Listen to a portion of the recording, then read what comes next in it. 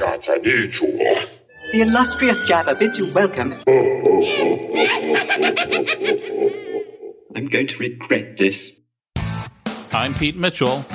He's Peyton Jones. And this is the Church Planter Podcast, brought to you by Church Planter Magazine.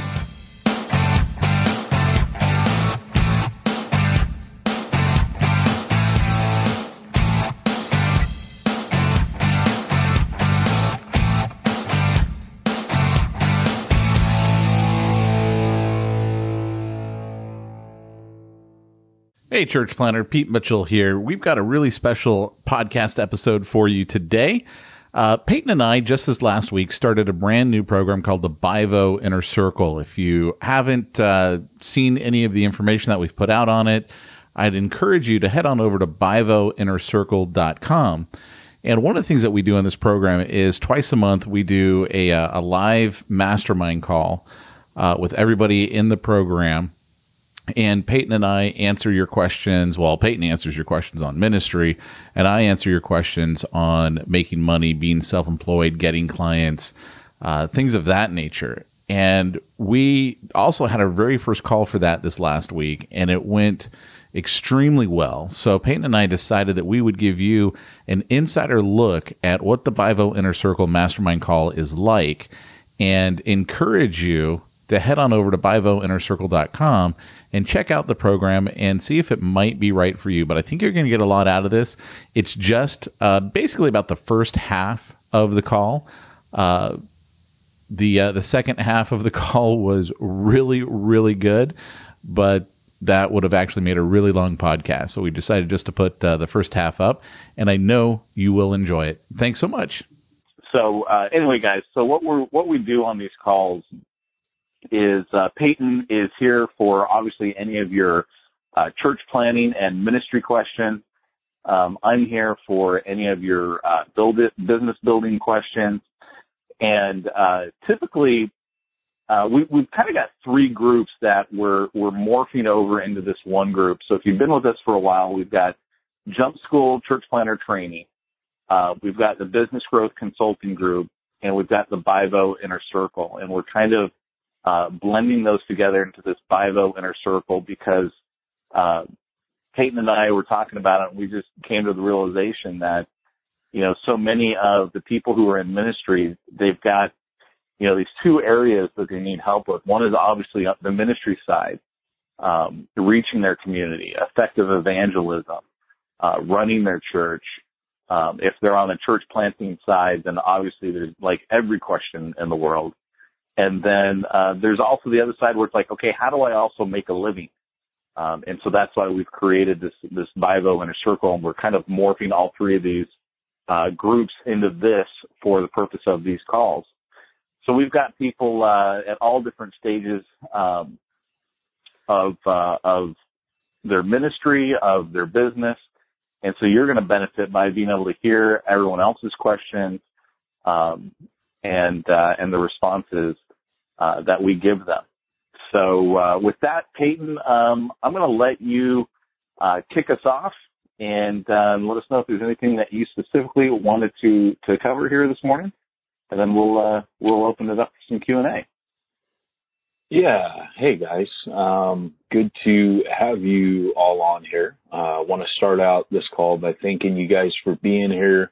I'm having a rough, just being real, which I think church planners are very good at. Just being real, just to say that, you know, my mom is in her final days. So I got that call this morning. I'm going to need to make it out, back east. So, you know, just, keep me in prayer since you're church planners and you have special magic prayers. Please pray for me. God kind of keeps it together for me in the next 24 hours and, 48 hours. But anyways, just really appreciate you guys, being with us. I do want to also, start by saying that Star Wars is way cooler than Star Trek. We need to get that established at the beginning of these calls and our relationship together. Otherwise, we may not be able to work together. And other than that, just, really, guys, just give you a little bit of my history. Some of you know my history. Some of you don't. But, you know, I've been in all different types of ministry. So even though I'm kind of known as like a church planning trainer, you know, my ministry didn't start out that way. I have been the interim of a mega church. I've been an assistant pastor. I think I've headed every ministry. In fact, it was funny because in one church I got demoted quite a bit. You know, that's another story. I've been through all that pain. But that kind of gave me they didn't know what to do with me because the church was in love with me. But, obviously there was a little bit of a leadership conflict, and it's since been worked out. I mean, you know, I have a really good relationship with, that pastor now, but we went through a rough time. We've since talked about it, and we've been humbly said, hey, this is how I would handle things differently. And both of us have kind of hugged and made up. But I made a whistle-stop tour I was a children's ministry director. I was youth pastor. I was, you name it, man. And, so anyways, just to let you know, youth ministry, that's how I got my start. I started at 19. I turned 44 next week. And, so I've been in ministry for 25 years. Got ordained in 1995. Wow. That's kind of trippy. And, have been in everything from a rural church. I've been bivocational. I've been in a traditional church. I've been in, Presbyterian. I've been in Baptist, Reformed Baptist. I've been in Calvary Chapel.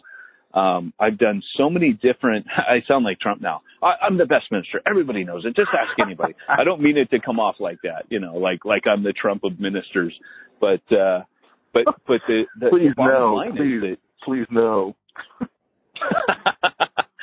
yes. And I have a secret relationship with the brethren. It's being probed right now, but anyway, I hear you've got a connection to the Russian church, but I don't want to go into detail. Russian, that's where I should have gone with that. Yeah, the Russian Orthodox Church.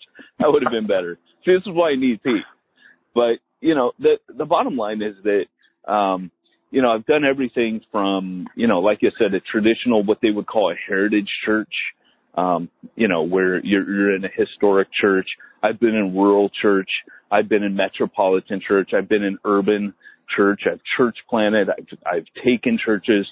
So over those years, I've done team ministry. It's just to give you a breadth to understand, because you might be thinking, hey, Peyton's just a church planting guy, and that's what he knows. But I really want to start out by saying, a lot of the things that I write, particularly when I say things like, hey, this is the way that it is, but, I'm looking at the New Testament, this is the way it should be. The reason why people go, oh man, that's exactly what I feel, is because I've been there. I've been in most of these contexts trying to make it work, trying to make things happen, and been as frustrated and, sometimes as clueless as everybody else. And so, that's kind of a little introduction. Don't want to say too much. Probably said too much, but that's where I've been. And, so hopefully with that breadth of experience, there won't be too much that you think, oh gosh, Peyton won't be able to. I've led student movements. I mean, gosh, I've accidentally planted churches in public space. I mean, on and on. So, most likely I'm going to have insight into whatever context that you are operating in. Hey, awesome. And for like the one person on the call who doesn't know you had a book drop this week, I want to actually spend a few minutes on the call kind of talking about the book a little bit, because of the message behind the book. And I mean, that's the whole reason that everyone is on this call. I mean, everyone on this call is in ministry in one way or another. Whether you are getting ready to plant, you've already got a church, you're bivocational, you are in ministry in one way or another. I mean, I had a guy reach out to me this morning. He's like, hey, I'm not planting a church right now. Do I qualify to join your Bivo inner circle? And I go, hey, look, I'll be straight with you. You got to be in ministry. And we've got people that are at all levels of ministry. I go, we've got ex-church planters who are licking their wounds. We've got and I started going through the list, and he goes, well, I'm definitely one of those who's licking his wounds. So, I mean, most are. Yeah, even when you're a quote unquote successful church planner, you're licking your wounds. Yeah. So, yeah. So, I mean, my point in that is, your book, which, is Raiders of the Lost Art. Give me the whole title, man. Now that I'm on the spotlight, Yeah. Your title. So it's Reaching the Unreached, Becoming Raiders of the Lost Art. There you go. By Zondervan. 2017. Pick it up wherever finer books are sold, Amazon, everything else. I was waiting for that. Let's kind of jump into that because, we're all here because we need to make a living. That's the whole reason that everyone is in one way or another. I was talking with someone earlier this week, and I go, the whole point of working is to make money. I mean, that's the only reason why people work is because we need to put food on the table. So we take jobs, whether it's working at Starbucks, working at the laundromat, fixing cars, selling whatever, insurance. We work because we need to make money, but everyone in this group is kind of unique in that, we need to make money, but we feel a call. So let's talk a little bit about your book, Peyton, if we can. And by the way, again, guys, if you've got a question at any time, go ahead and hit *2. That's going to raise your hand, and I'll pull you over into the call. But let's just start talking a little bit about your book. I don't want to ask your famous question, which we murdered on this week's podcast. Peyton, why did you write this book? No, but that's such a good question. Yeah, I know, right? Give us a synopsis of the book and the message that you're really trying to get people to wake up to. Yeah, so it's funny because each time I've answered this question, I've been speaking like a bad boy. Like, Preacher Peyton doesn't get out very much anymore. But I've been in San Diego, the Inland Empire, spoken with Stadia, and getting ready to speak to Acts 29. I'll be with Jeff Vanderstelt today. I'll be at my singing church tomorrow night. But each time so far, it's been different. And the reason why is this next book, Reaching the Unreached, is really kind of like my hidden operating system. And what I mean by that, it's like the iOS. If you rip me open, if I were an animatronic and you're looking at everything, or a Terminator, and you want to see what's underneath, this is like the endoskeleton. And I remember being at a conference where they asked me to come speak, and it was on the back of Church Zero, and that was my first book. And they were like, hey, can you come speak at this conference? And it was a good conference. A buddy of mine runs it. It's in Colorado. And it wasn't the conference that was a problem. It was me, because I had been, really, like just today, I posted a Facebook memory of this baptism we had that was super cool. And I feel like the more frontline you go, the more it jacks you up for ministry as you know it. There's a sense in which you can't ever return back to normal again. And so I remember just going to the first day of the conference, and I had a conversation with my editor, my acquisitions editor. He was there.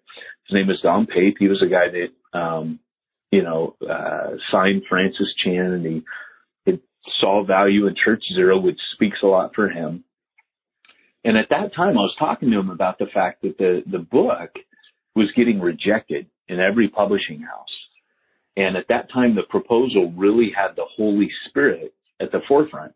And the book's theory, the underlying theory that the entire book was built on, was that the more frontline you go, the more like Acts things become, more like the book of Acts it gets.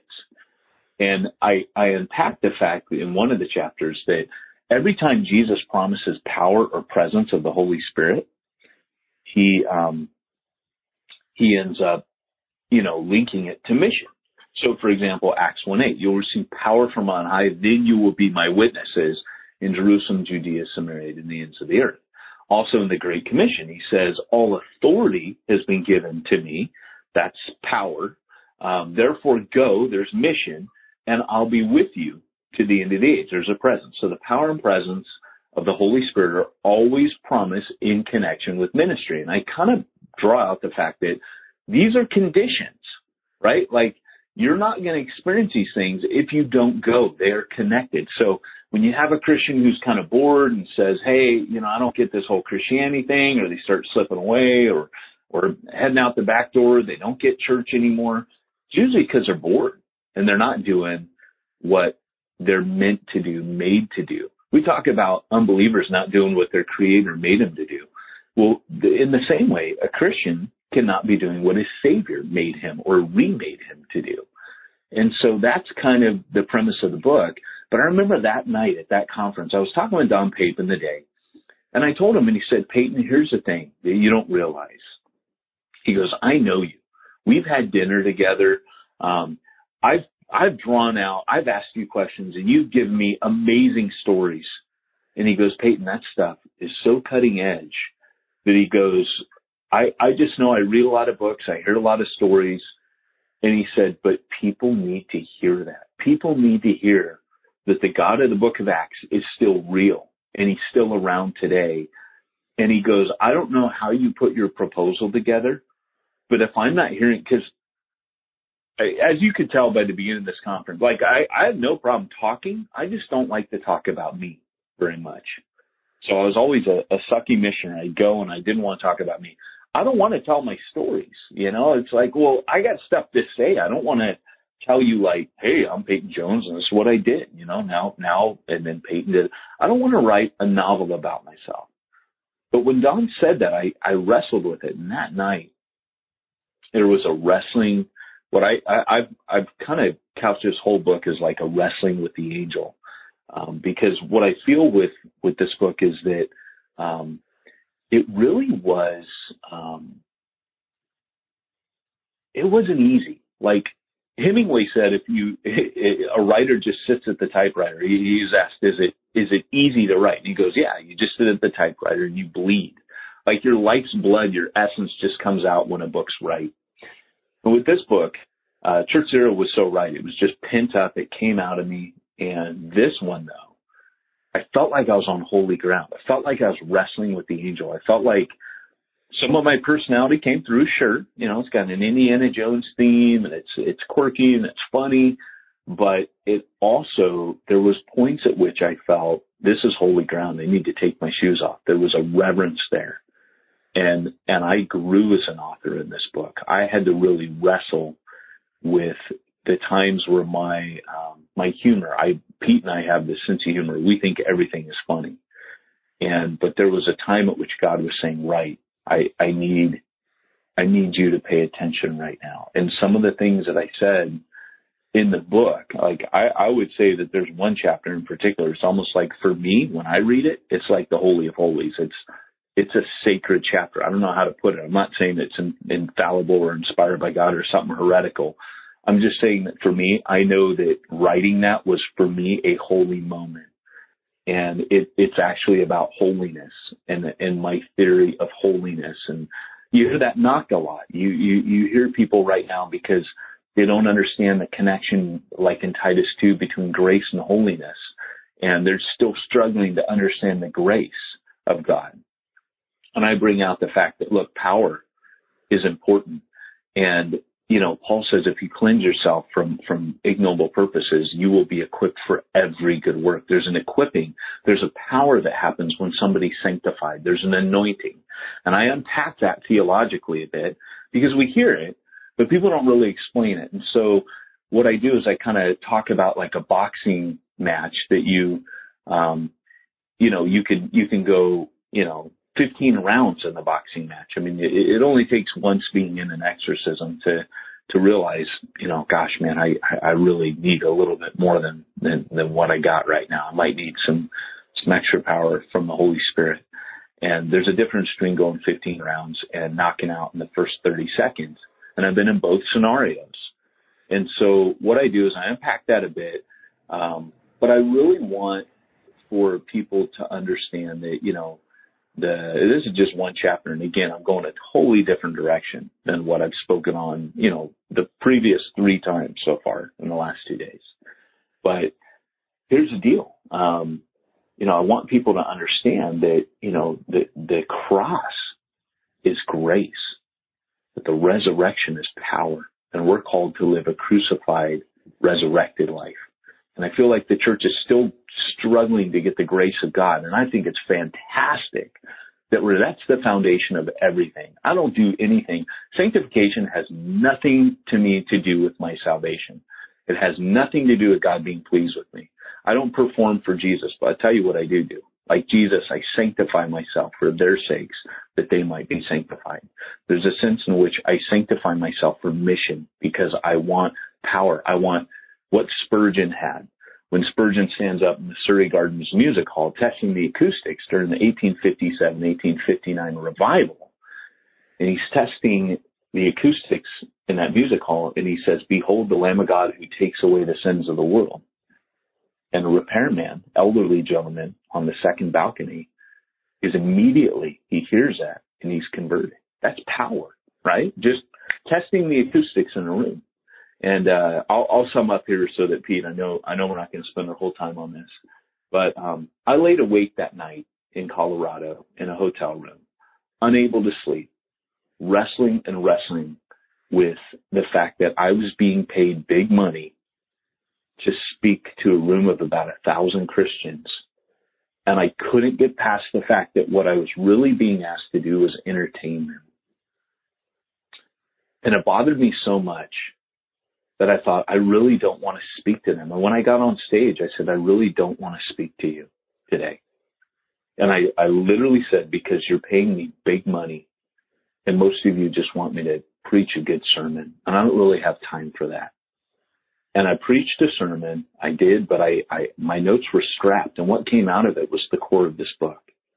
And it was about mobilizing people. My whole talk was about getting people mobilized on mission. And I just opened up Acts 1 and I said, look, we've got this book, and the number one thing that Luke is telling us is you don't have the power.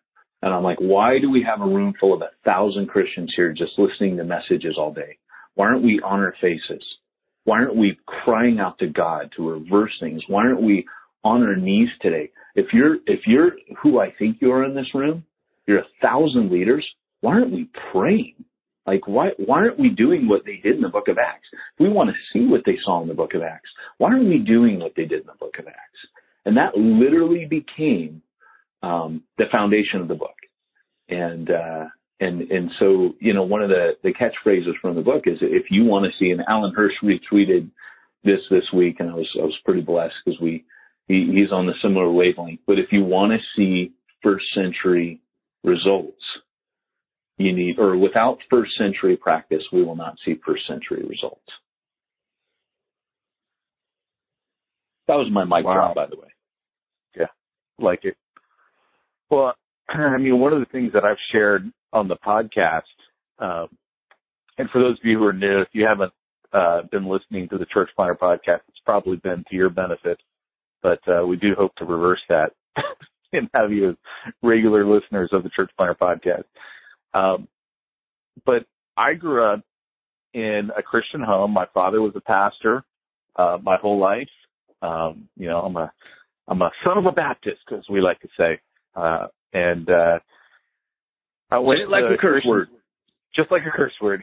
I went to Christian schools all my life, graduated from Biola University, one of the most well-known and respected evangelical colleges.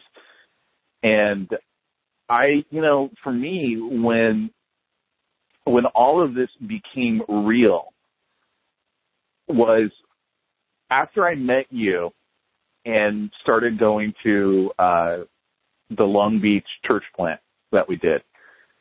And before then, I can honestly tell you, I looked for any excuse to not go to church.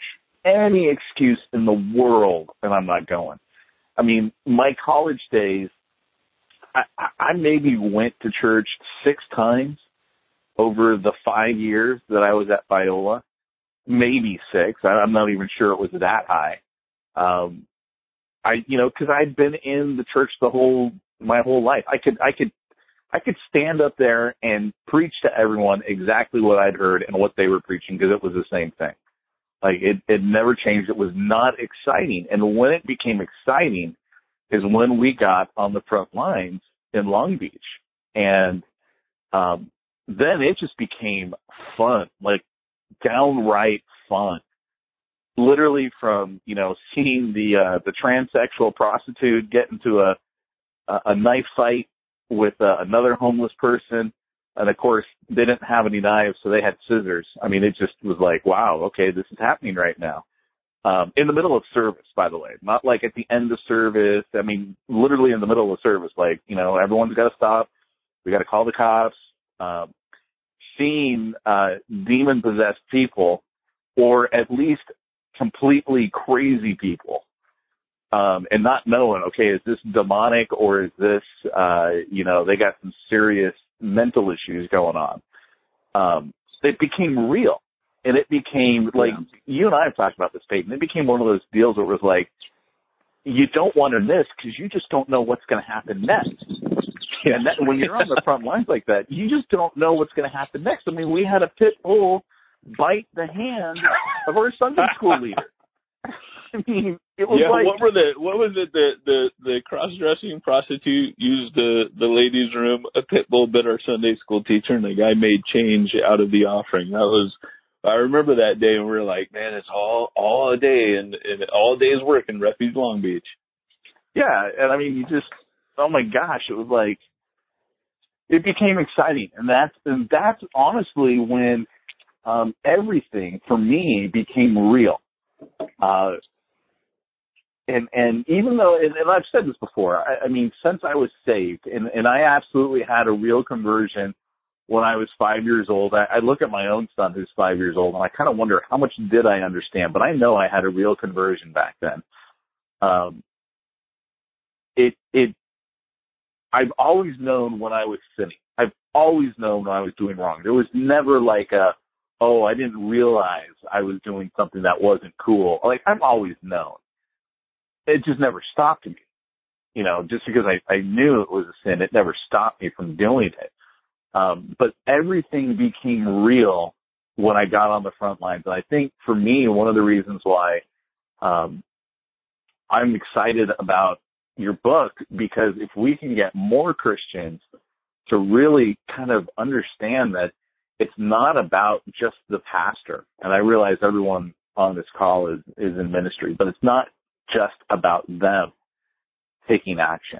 It's about mobilizing the person who right now is thinking this is a spectator sport, that thinking that going to church is all about showing up on Sunday, saying hi to the, half dozen people who they consider friends, and then sitting down in a pew and letting someone talk at them for the next 30 to 45 minutes.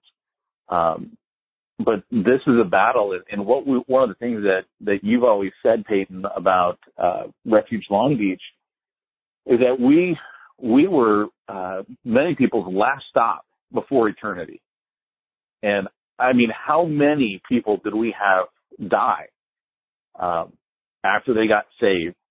And then within months, we're dead from who knows what. I mean, we had one guy shot by the cops. We had another guy overdose. I mean, we've had so much stuff. I mean, it was people's last stop before eternity. And that's what really, for me, got me, excited about this. I mean, the whole reason that I do this whole Bivo stuff and teach pastors, hey guys, here's the way that you can make money, is because it came out of the need for this. I'm sitting there looking at everything that pastors are doing. I'm like, man, we got to find a way for them to make some more money, because if they could do what I do, they'd have their time back, they'd have their family back, and they could make a decent living doing it. And so, I mean, I know I just kind of went off on a tangent there myself, but that's I don't know. That's my hope. My hope when people read your book is that they'll start to mobilize people and get them to start putting into practice what they say they believe. Here's the thing too. absolutely. And here's the thing too. You hit on something that's really important to me. And I know we talk about this because in Pete's line of work, he makes a lot of money, and that is kind of the bottom line. You're always looking at profitability. But one of the most God honoring things to me is I get disgusted when I'm looking around online and I'm like, this is obviously a way to get money out of people in the name of God, or a way to get money out of ministers, or, whatever. Like, there's a bunch of services out there you don't need. This did not come about from us sitting down and going, how can we make money off church planners? It was literally, it came. Oh, I'm sorry. Oh, sorry. Is there something you need to? But it literally came out of us going, because I remember Pete, we had this conversation. Pete's like, I don't know, because I can make so much more money doing what I do, but I got to help these guys, like I really got to help, like the burden for church planners. I do this stuff nonstop. It's just who I am, training them. I don't have the skill set Pete has with the consultancy. But it literally is a labor of love for you guys out there, man, to free you up to get out there with people, because otherwise you're not going to be able to reach people. I personally think that this is one of the most genius ways to maximize your time, to maximize your income, and minimize your time working, maximize your income, and maximize your exposure to lost people. And that's the sweet spot. Whenever you're church planning or ministering, you want those three factors to be at the right level. Otherwise, you're minimizing maximizing your time at work. You get minimal pay. And man, I've been there. I remember planting Starbucks, and the exposure to lost people was insane. It was almost unfair to the enemy, because I was planning a church out of that Starbucks. I remember at a certain point looking at Andrew and saying, hey, we're going to be here a little longer. I kind of need to make more money, because each month it was like, minimum wage was not cutting it. And, so yeah. Yeah. Well, let's open up the lines. *2, if you've got a question or a comment, or you want to chime in on anything that we said, go ahead and hit *2. That'll raise your hand, and I'll pull you over into the call. And don't forget, I know some of y'all, so I'll start calling on you, because, hey, David, come on. How can you not have anything to say? You're like Mr. Boxer.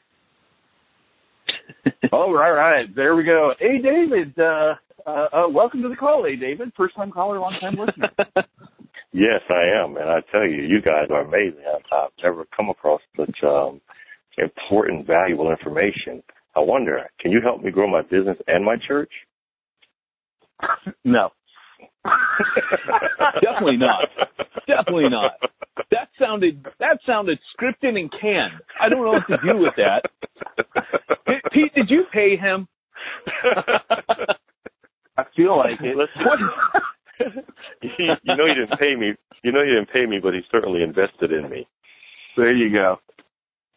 Peyton, it's good to hear your voice, man. I'm really praying for you and your family with your mother's Thank you, brother. circumstances. It's heavy. It's heavy on my heart. Thank you, brother. I appreciate that. You're welcome. You're welcome, man. I am actually one of the last 3 people in there's a company come to the country called Lidl. It's a German-based grocery store market chain like Whole Foods. They've come here to this area along the East Coast because they recognize the marketability of this region. And I'm actually in here filling out a job application because as a bivocational church planter, I've learned so much about my own value. And I didn't quite say this. I had to take my earplug out for a moment as you were talking, Pete, and I missed, I'm sure, a very important piece. But of what kind of prompted you to move into writing? I did not know the backstory of why you wrote the book, but that passion, that sense of urgency, And also, I'm going to say this a little bit. I don't know if this works for you, but the sense of contempt for how we see the church being unresponsive, the mainstream church being unresponsive to the needs of people. When you shared with you know, that on stage there for a moment, I was so proud of you. And that you went ahead and preached, but at least you knew and they knew, you know, what the deal is. That, you know, there's a lot. I've had similar circumstances. I remember when I was in Texas at a Baptist convention, and I became so frustrated that, you know, you got all this power here, supposedly power here, but yet there's no evidence of his manifested power working in the lives of people in the community. So, yeah, you know, it's funny because Pete and I were at a pastor's conference once, and I brought Pete. There's about 1,000 leaders, and we went to it together, and we were, you know, pitching. It was our first year working together. We were pitching Church Planter magazine, and we were having these conversations. We were sitting at a table, and Pete almost stormed out because it was basically. It was just bragging about what they had and what they did. And Pete was disgusted, particularly by one individual who was actually really talking down to one of the guys next to him who was, you know, I guess you would say a smaller fish and really disrespectful. Well, it was his assistant pastor. It was his assistant pastor, and he was totally belittling him in front of everyone at the table. And then in another table, you know, this was another meal. We're sitting there, and I just remember saying, like, hey, you know, one of the guys was talking about expanding. You know, he's like, look, you know, they're building this new neighborhood. And I said, you know, that if the church would stop following the white flight in its church planting and actually, you know, buck the trend, get off of the white middle class trajectory and actually start going where the need is and not where the money is, we might actually start returning back to seeing what we saw in the first century or even in the Jesus movement. And everybody's eyes got big. There was this awkward silence. And what was awesome was there's a pastor there.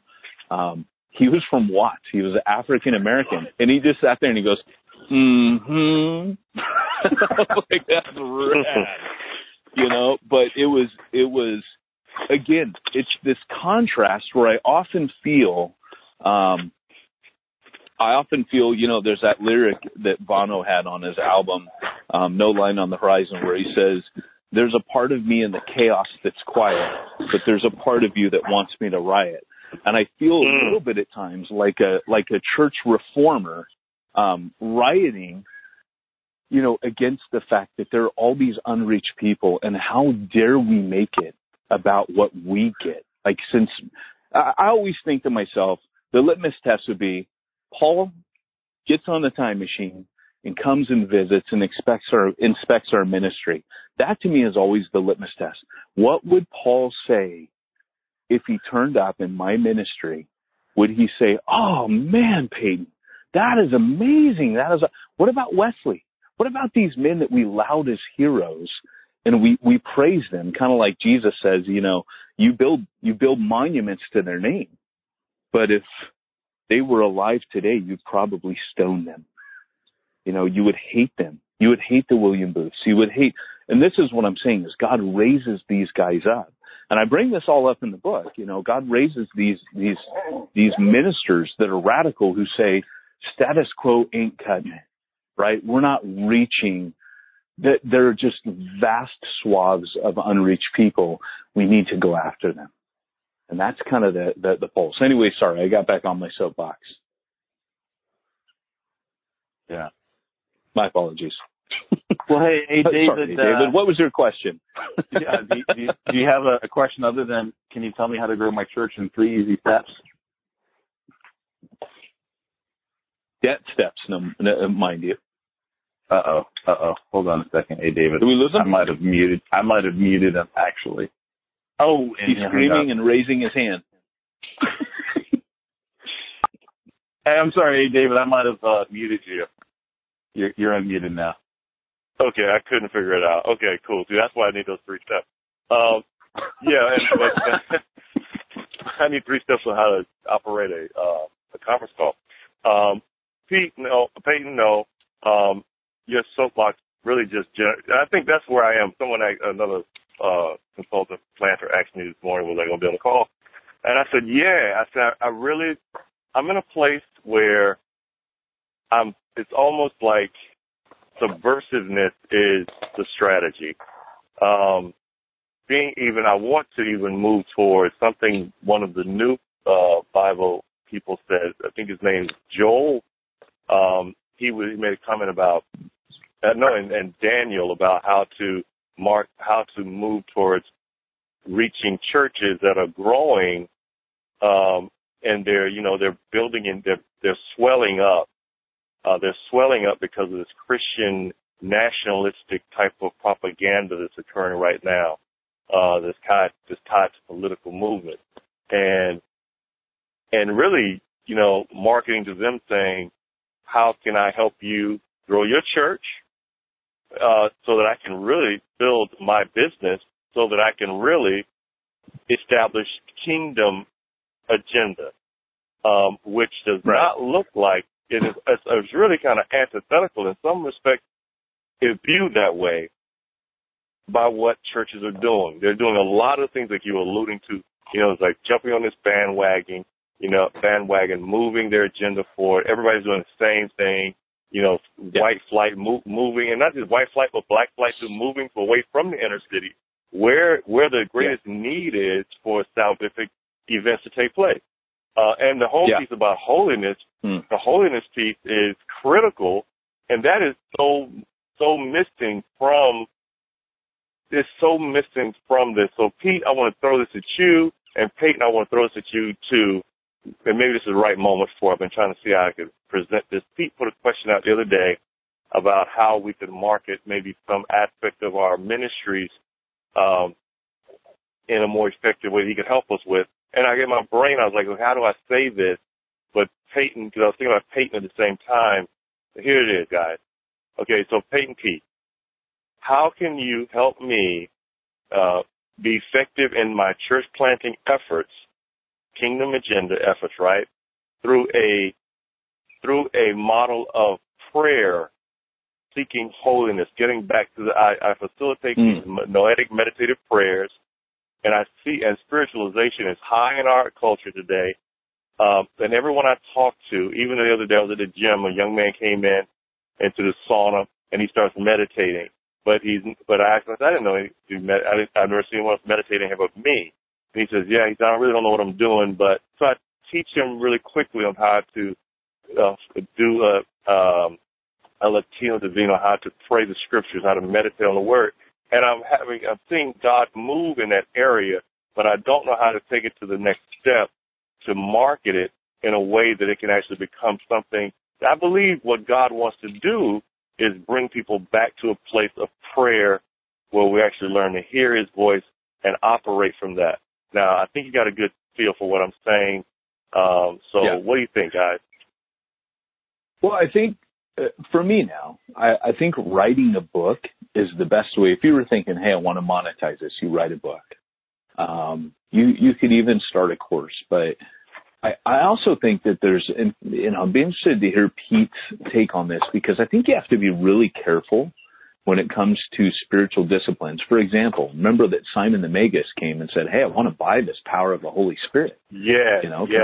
Yes. And Peter said, hey, man, your money, perish with you. I mean, Peter was like, no, this ain't happening. So I think you need to be careful. Writing a book, I think, is the only legitimate way to kind of, and you could do a course on spiritual disciplines, and I think it's slightly different, because what you're doing is you're asking the person to make an investment of time, really. That's the course or a book or even an Audible. You're sharing your wisdom, and you're putting it in a form that's an accepted format to do that with. You can also coach people, like, for example, mentoring. A buddy of mine wrote a book on prayer, a guy named Adam Stapmiller. When I was doing something called Train Station, Church Planning Train Station, I introduced that book, and because Adam is local, one of our guys sought him out and said, "Will you mentor me? And I'll even pay you for your time because I know you're busy. But will you be my prayer mentor?" And that was how it worked. But like I said, I think on a mass scale appeal, like, you know, it's basically it's kind of like certain things that you got to be careful with that probably shouldn't go together. Like Pete will always say, Amway and church. Just no. Right? Just no. And I think that, I just think that there's certain, you have to be extremely careful with this because, you know, part of our jobs as ministers, this is just what we do. Like, we're just going to try to get our people to pray. If we teach our people to pray, what I think is really powerful is the way that Ying Kai came up, and there's another guy named Steve Smith. They came up with this way of training people to share the gospel, and it became so organic that that's what's taking Southeast Asia by storm, in the underground church and in the factories all throughout China with the mass migrations of people that move every year around. That is something that it doesn't require money. It's purely organic, and it's easily transferable. It's just basic. You know, what they do is they have people share their testimonies, right? So they would share their testimony. So I'm going to go back to the guy in the sauna. They would share their testimony. So they'd be working in the factory, and they would say, "Hey, you know, what's your story? How did you get here? Do you have kids? You know, really, where did you grow up?" And they would get the people to tell their story, and then they would say, then they would earn the right really to be heard to tell their story. And of course they would share their testimony. And that would just, Ying Kai would teach them how to lead people to Christ through that. And testimony is so powerful that it's just it's a no-brainer, right? It's an amazing tool. So that said, in the sauna, what I would do if I were in that situation, and this is something God has really been teaching me over the years, and I don't model this on these calls. I don't model this in anything we do because it's a podcast and, you know, it's just talking.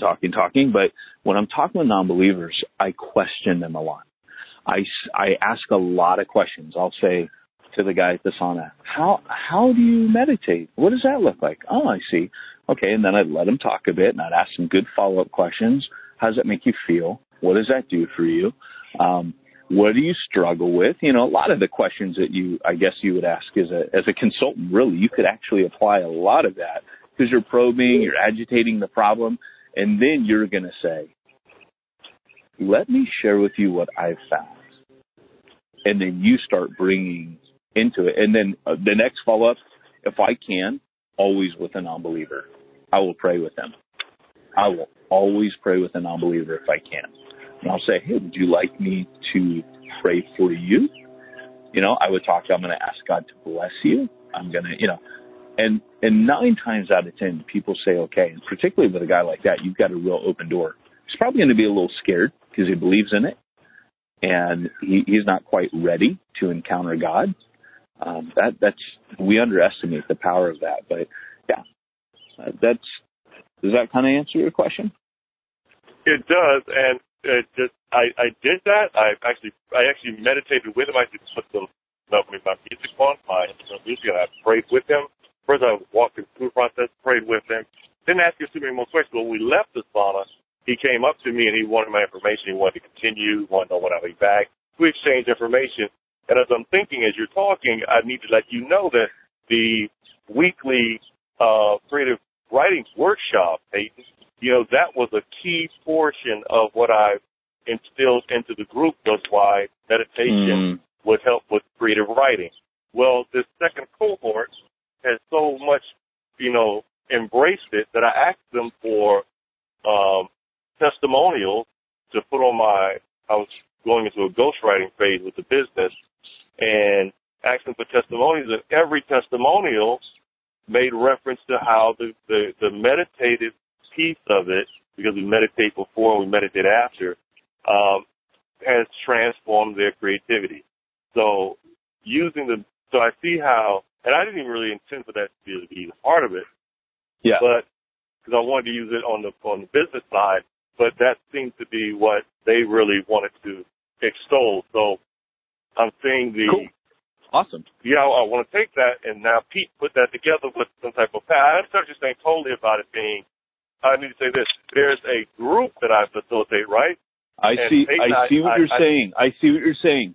So you're saying as really a way to have people almost as a funnel for people, like what we used to do. We used to do groups where we would say, hey, if you want to get to know the Bible, and because we're out of I've told this story before about the group that we did, getting to know the Bible, and they were all non-believers. And they sat there the first night and hijacked the whole thing. We're like, it's a bunch of rubbish and blah, blah, blah. But they all, every single, well, no, not one of them. One of them ended up not getting saved. But out of 7 people, that's powerful. So I get where you're going. Yes, you could do that. And I'd be more than willing to maybe take some time with you just on a one-to-one call and chat through some ways that you can make that pop and make that happen. Thank you. Thank you. Cool. All right. Well, All right. We've got a lot of hands raised, so I'm gonna keep this train moving. Let me go over here to Carl. Carl, I got your line unmuted. Hi guys, how you doing? Good. Can you hear me, good, guys? Man. Yeah. Good, Can good. hear you Listen, I fine. apologize because I found you guys while I was on vacation, and I started with this whole thing while on vacation. So forgive me, I'm with my kids. I'm at the beach, but I wanted to listen in and ask a question. Yeah. My question is this. We have more of a traveling ministry. My kids are in a band called Young Heart, and we basically just travel, sharing the gospel, wherever the doors are open. A lot of times that's in churches. Sometimes that's in a laundromat, a bowling alley, or whatever it is. But one thing we've noticed is that everywhere we go, people have asked us to do seminars on parenting. And marriage too, but mostly for parenting because we have 5 kids, and they just kind of feel like they're not getting as much help as they would like for raising raising godly kids in a sinful world. So my question to you is this: do you have any modules or any training at all on how to develop, whether it be a coaching ministry or like a course? Carl, that's a great question, and that's one of the things that I was bringing up to the Voxer group earlier this week. The next course that I'm basically working on is how to create primarily an online curriculum that you can, sell to other pastors or churches, basically the Christian realm, if you will. And part of the reason for that is we've had a lot of pastors who are in the group. Like we've got Ed Choi, who's on the line right now, who's got a course teaching pastors how to do a couple of things. One, how to make extra money as a wedding officiator. And he's also reaching the unreached in his area, people who wouldn't normally come to church. And so it's kind of a 1-2 punch. They'll actually talk to a pastor because they need to get married, and he uses that as a way in to share the gospel. So he's got a whole course on that. And so that's actually the next program that I'm putting together that everyone in the Bivo Inner Circle will have access to. Is here's how you create the course, how you do the deliverables, and then, of course, how you sell it. Parenting, by the way, it's a mixed topic. It's a tough one to do. However, it's a very powerful topic, and there's not a lot of people in that space, and there's not a lot of people, especially in the Christian realm, in that space. So, I mean, if you already got kind of like a backbone curriculum in your mind, even of what you would cover in that. What I'll be showing you is here's how you take that and turn it into an actual course that can either be taught live or we do some things over boot camps, like a 2.5 day boot camp, or my preferred method is online just because of the the ease of doing it online. You know, you don't have to go somewhere and spend 2.5 days out of your life delivering the content, that kind of thing. So we're going to actually be putting that together. That's the next course that I'm working on. So, I mean, I would love to hear from you personally. Just tell me, hey, you know, these are my big questions when it comes to putting something like this together. So that way I can address those for you. That would be great. That would be great. If you need someone to be a beta test, I'm willing. Awesome. I love it. Yeah, cool. that'd be good. Thank you, guys. That'd God be really bless good. you. I appreciate what you guys are no doing. problem, man. Really, it came at a perfect time. I've been praying about this, and Pete reaching out and following up, I just take it as a blessing from the Lord. So may God bless you guys. Thank you.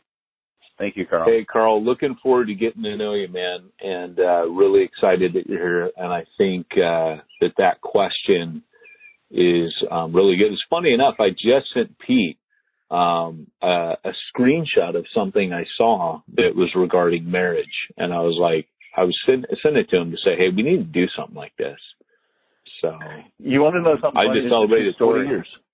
One of my buddies wanted to do a course on marriage in the Christian community. And it's a true story, man. He talked to his wife, and he came back to me later, and he goes, my wife doesn't think I should do that course. Yeah, you know, Andrew and I have been talking about doing a podcast, and what did we call it? Marriage Partners in Crime, I think. Ministry Partners in Crime, I think is what we call it. Or I can't remember. We had, that's probably not it. I can't remember what it was called, but we came up with a cool name for it. And we actually recorded the first episode. And, nice. We're looking at doing this just like a 30-minute show, us talking through different issues of being married in ministry and how you make it work, and Andrew and I have always been in ministry together. So, but yeah, it'd be good. Going the distance is hard, man, and you learn things along the way. So I thought, Carl, that was a very insightful question. I think both in business and ministry, you can sacrifice your family, and you don't have to. Like, that's kind of the cool part about it. Neither Pete nor I, we're family men. And I know Pete will not, because he will not think of himself that way. But both of us, at a certain time of night, we're done. It's family time, you know? That's it. I don't work through the night anymore. I don't work till 10, 11 o'clock, unless I've taken the first part of the day off and I go to work at 2 because I've been at my daughter's assembly or been out with it, you know, doing something stupid with the family, you know. All right, next call we got here, hand raised. It doesn't say the name. I'm wondering if it's Charlie. I'm not sure because it says it's coming in from La Habra. So it's Charlie's hair. Yeah, it's Charlie's hair. So tell us who you are and what your question is. Yeah, it's me, and I do have my hair with me today.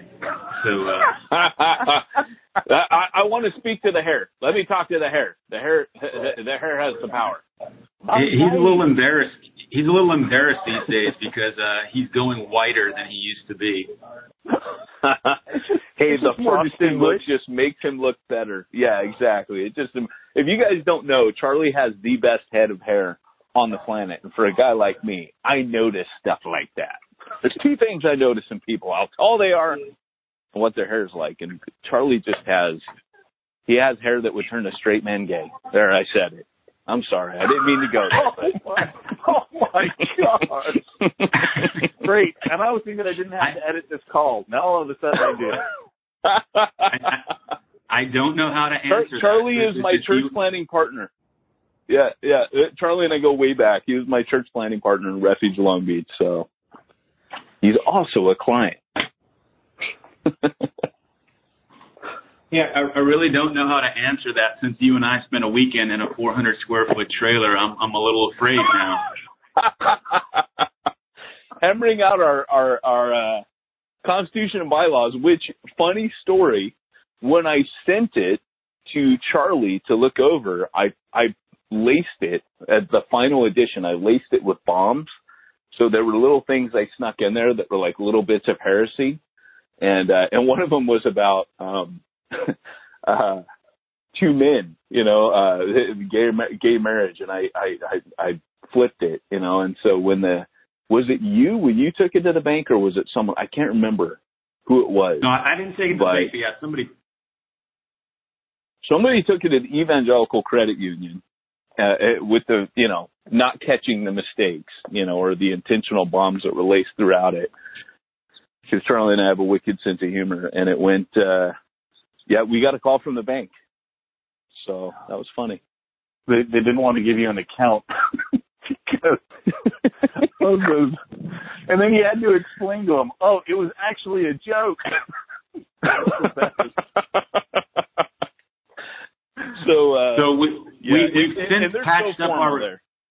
We've since patched up our relationship with Evangelical Credit Union, though they sometimes still raise their eyebrows when I go in. But anyway, hey, I just wanted to comment on David. Peyton will not teach you how to grow your church. As a matter of fact, if you catch him on the right day, he may preach a sermon that will shrink it. And that's intentional. Very true. Long story behind that, but yeah, it's one of those eat my flesh and drink my blood sermons when you got too many freeloaders in your church plant that you need to jettison. But that's another long story. Yeah. But hey, just wanted to chime in and hey Pete, did you see that I had your back yesterday when you had some people giving weird comments about your ad on Facebook? I actually just saw it this morning, and I was like, normally I would erase the comment, but Charlie handled it so well and brought the guy back around. I was like, I might actually leave it. It might actually help the ad. So thank you very much, man. I appreciate that. Yeah, well, it's one of those where somebody makes a comment when they obviously don't know what the ad is about, right? I mean, and that never happens with pastors, ever. I think they mistook your ad for a health, wealth, and prosperity, how to get rich by being they obviously don't know anything about church planning if it's about getting rich. But right, that's why we need Pete. As I mentioned at the beginning of the podcast, this was just the first part of the mastermind call that's available to all of our Bivo Inner Circle members. If you'd like to find out more about this program, head on over to bivoinnercircle.com, and you can check it out there. Thanks so much, and we'll see you on next week's episode of the Church Planner Podcast.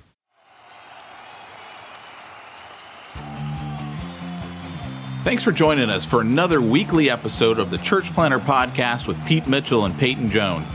We'd love to hear your comments on this episode of the Church Planner Podcast. Visit us online and let us know what you thought at churchplannerpodcast.com. If you subscribe to us via iTunes and have enjoyed the podcast, leave us a positive review.